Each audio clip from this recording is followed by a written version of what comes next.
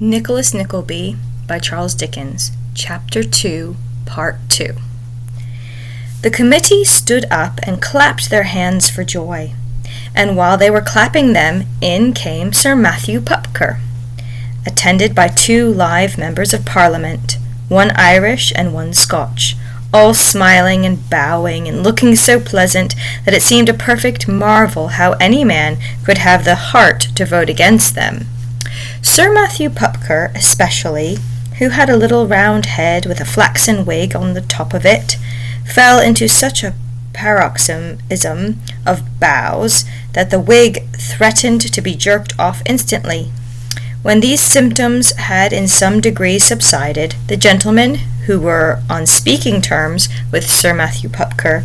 or the 2 other members, crowded round them in 3 little groups, near one or other of which the gentlemen who were not on speaking terms with Sir Matthew Pupker or the 2 other members stood lingering and smiling and rubbing their hands in the desperate hope of something turning up which might bring them into notice. All this time Sir Matthew Pupker and the 2 other members were relating to their separate circles what the intentions of the government were about taking up the bill, with a full account of what the government had said in a whisper the last time they dined with it, and how the government had been observed to wink when it said so, from which premises they were at no loss to draw the conclusion that if the government had one objection more at heart than another, one object more at heart than another, that one object was the welfare and advantage of the United Metropolitan Improved Hot Muffin and Crumpet Baking and Punctual Delivery Company. Meanwhile, and pending the arrangements of the proceedings, and a fair division of the speechifying, the public in the large room were eyeing by turns the empty platform, and the ladies in the music gallery. In these amusements, the greater portion of them had been occupied for a couple of hours before, and as the most agreeable diversions pall upon the taste on a too protracted enjoyment of them, the sterner spirits now began to hammer the floor with their boot heels, and to express their dissatisfaction by various hoots and cries. These vocal exertions, emanating from the people who had been there longest, naturally proceeded from those who were nearest to the platform and furthest from the policemen in attendance, who, having no great mind to fight their way through the crowd,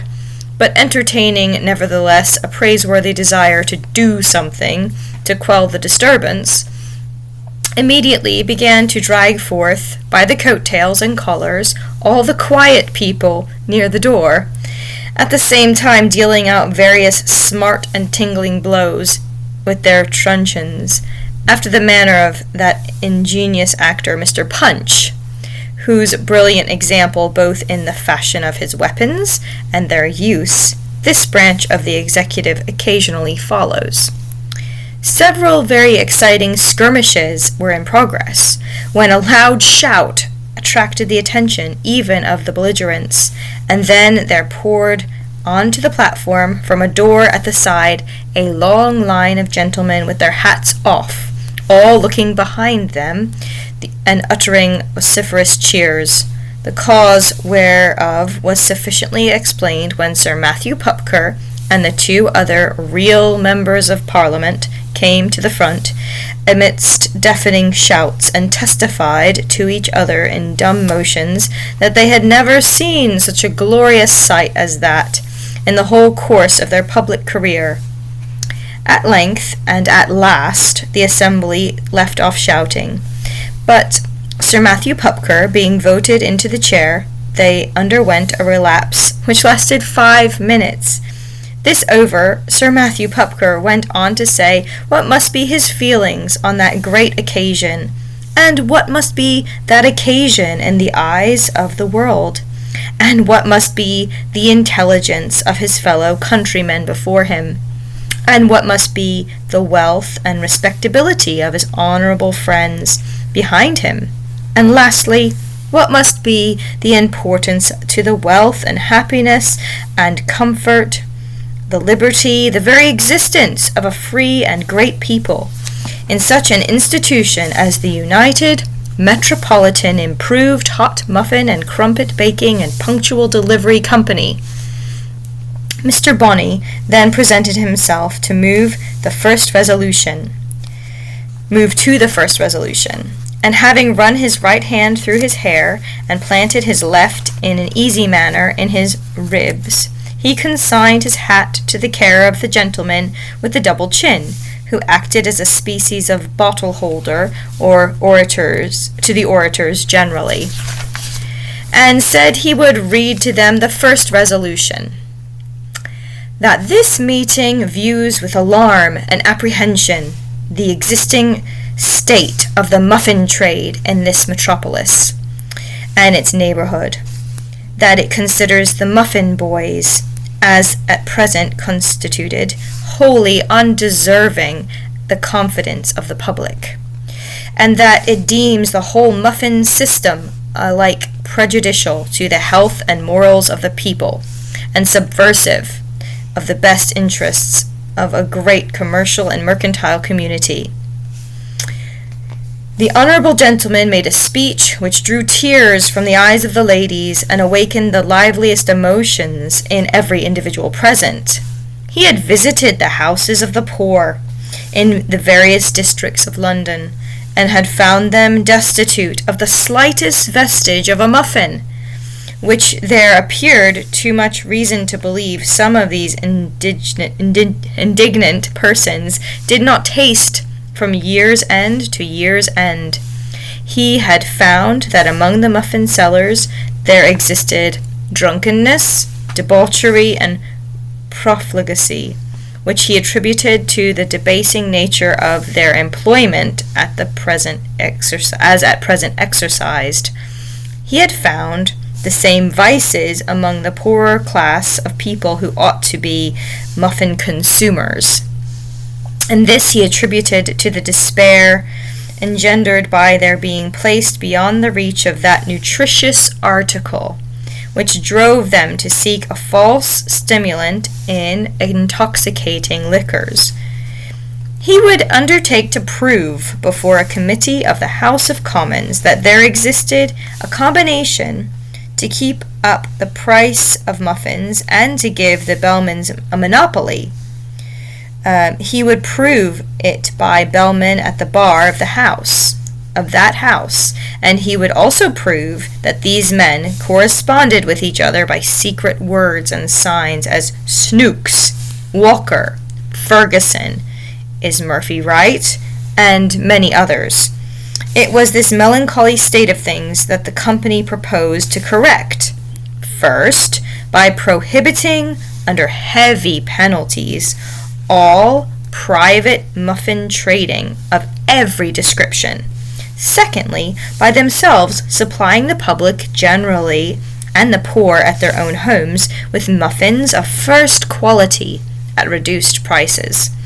It was with this object that a bill had been introduced into Parliament by their patriotic chairman, Sir Matthew Pupker.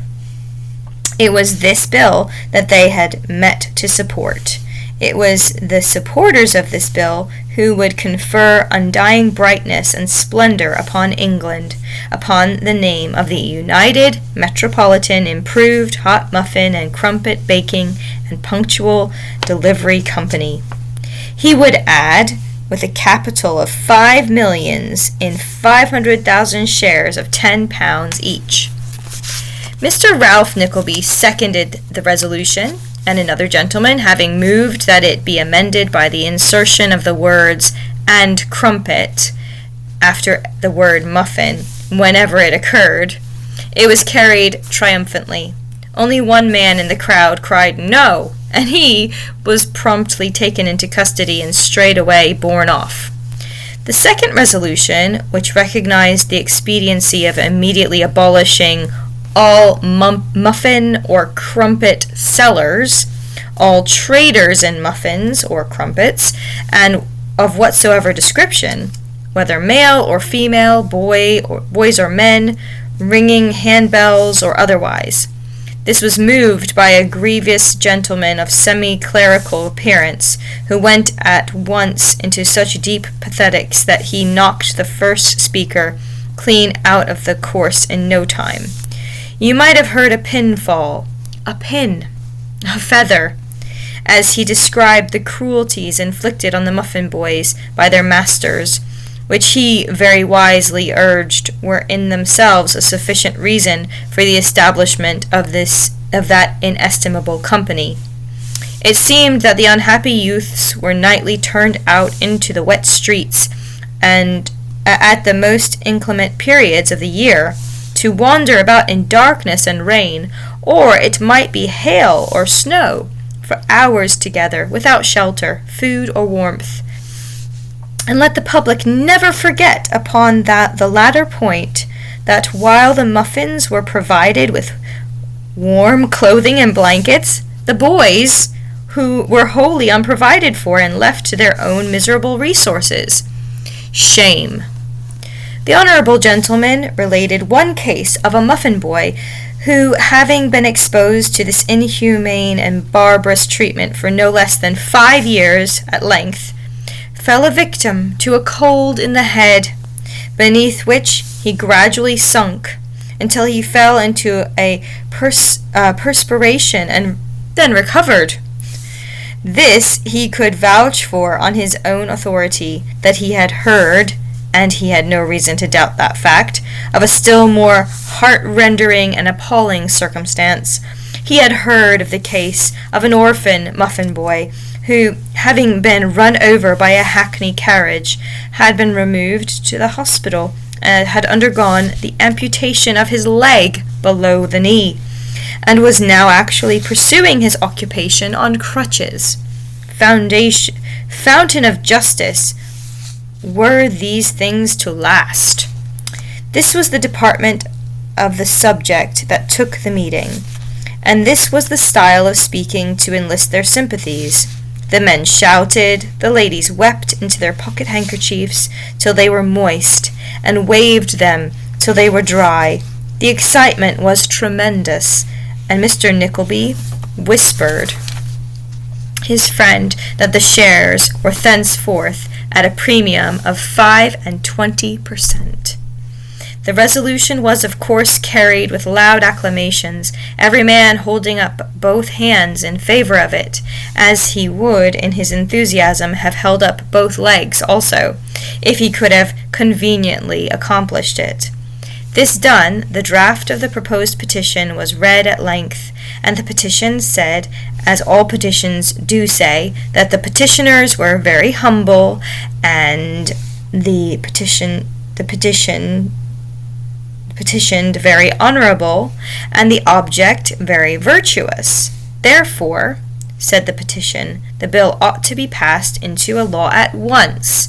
to the everlasting honor and glory of that most honorable and glorious Commons of England in Parliament assembled.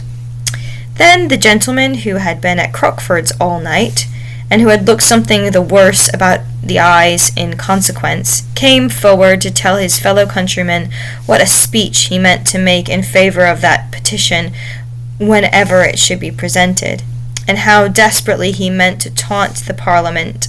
if they rejected the bill, and to inform them also that he regretted his honourable friends had not inserted a clause rendering the purchase of muffins and crumpets compulsory upon all classes of the community, which he, opposing all half measures, and preferred to go to the extreme animal, pledged himself to propose and divide upon in committee.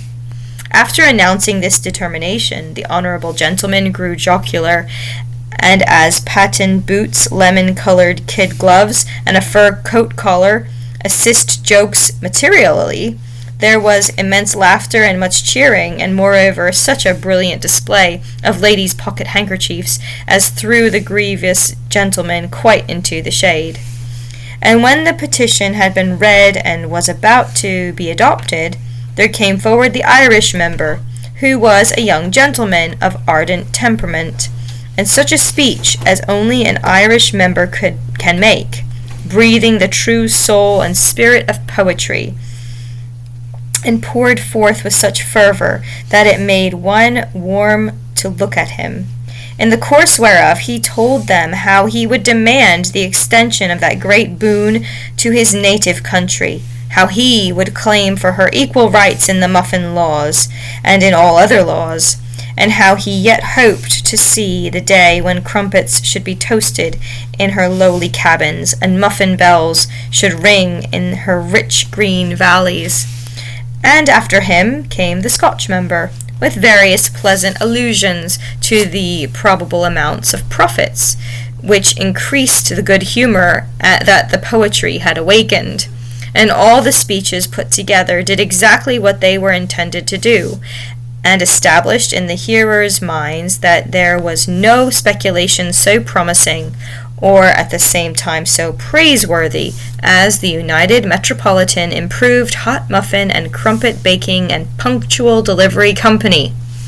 So the petition in favor of the bill was agreed upon, and the meeting adjourned with acclamations, and Mr. Nickleby and the other directors went to the office to lunch, as they did every day at 1:30, and to remunerate themselves for which trouble, as the company was yet in its infancy, for only charged 3 guineas each man for every such attendance. End of chapter 2.